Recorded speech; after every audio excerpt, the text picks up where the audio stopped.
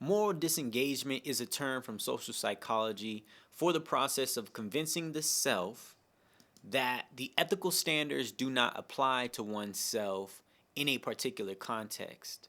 This is done by separating moral reactions from inhumane conduct and disabling the mechanism of self condemnation. So, 8 common moral disengagement strategies and what they sound like. The first is going to be moral justification. This is actually the morally right thing to do. We're actually helping them by doing this. Those are 2 things that would be examples of morally justifying something. Then you would have euphemistic labeling. So, I'm just barring this, or it's collateral damage. These are, again, euphemistic labeling. Then you've got advantageous comparison. Doing A is not as bad as doing B. So it's not like I'm doing B. You've got displacement of responsibility. Everyone's doing it. It's a group decision. This is just a small part of a bigger system. Then you've got distortion of consequences. This is a victimless crime. No harm done. It's no big deal. Then you've got attribution of blame. They brought it upon themselves. Buyer beware. Then you have dehumanization. They're a bunch of dogs. They're like robots. So these phrases are all verbal indicators that something is triggering our moral circuitry. Now, again, understanding the whole premise of the algorithm, our body is the most advanced piece of hardware on this planet. Our belief system is the software, what we're capable of. Our moral compass or our moral center is what essentially aligns to our heart's purest values. What we believe is correct and right within our heart will be reflected upon through our moral circuitry. And when we utter these phrases, or when you hear somebody speak these phrases, it's important to remember, why do we feel the need to use these phrases? Because underneath the surface, right, the words are just how it manifested. But in reality, there's a problem brewing inside the person that manifested those select words, because they're trying to communicate what they feel internally.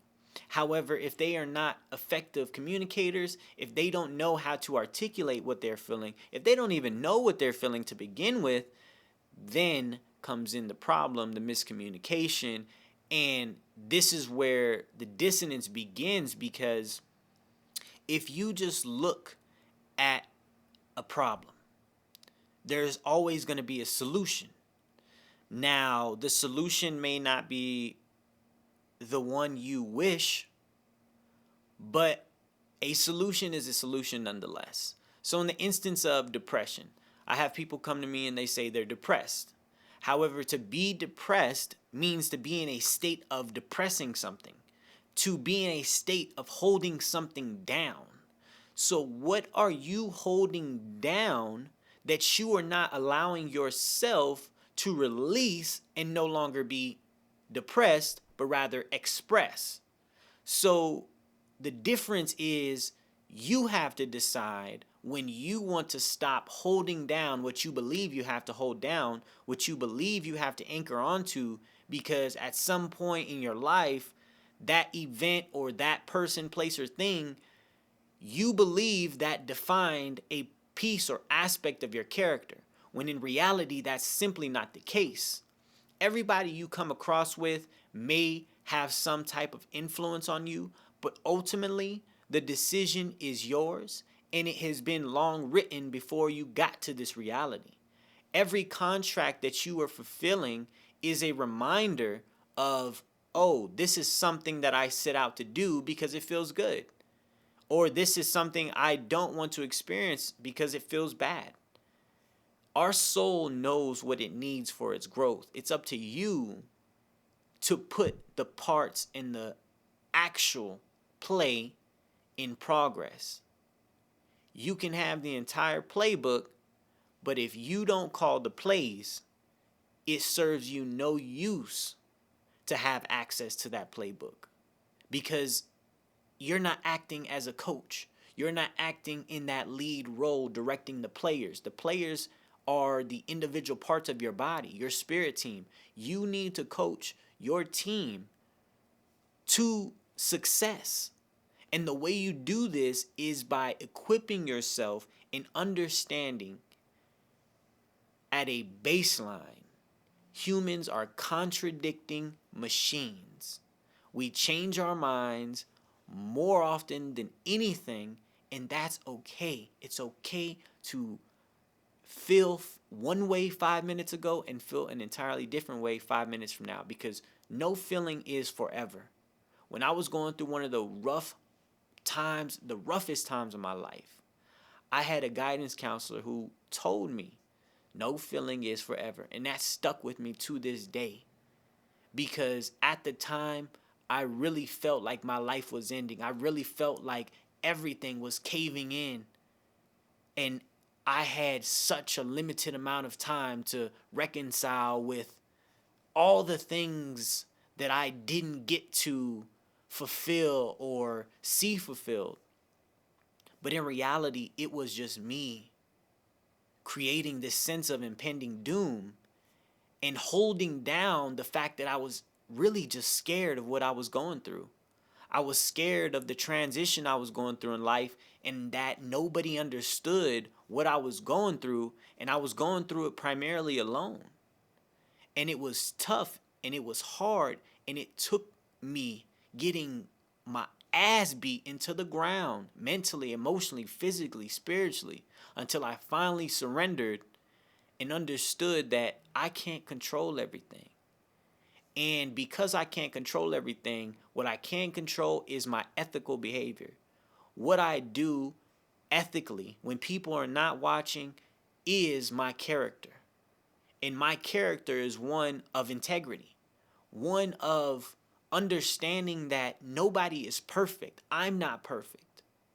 I want to equip the people that come here with knowledge that is going to make you better, so that you can learn from my mistakes, stand on my shoulders, and go to the next level. Because I know that I am to be a bridge in this lifetime for many individuals who cannot articulate, who can't express themselves in the way they would like to, because they feel that they have been forgotten. For those outcasts who society has seemingly just forgot about and let fall through the cracks.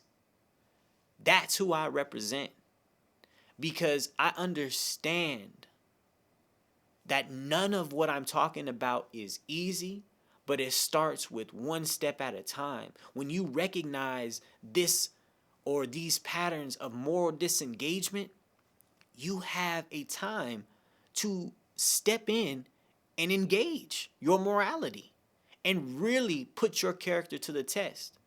Let's see what your fabric is really worth. Will you withstand the abrasion of life, or will you get worn down and tossed aside like a cheap cloth? What are you made of? If you can recognize these moral disengagements within yourself, how often are you doing them? How often are you saying these phrases? And if you find yourself saying these phrases more often than not, then it's time to engage. It's time to be more present. Because that's the only way you are ever going to feel your best, be at your best, and truly be at your most efficient state, is when you are with yourself, where you're going, and loving every aspect of it. Loving every minute of the journey there. Moral disengagement. 8 common types: moral justification, euphemistic labeling, advantageous comparison, displacement of responsibility, diffusion of responsibility, distortion of consequences, attribution of blame, and dehumanization.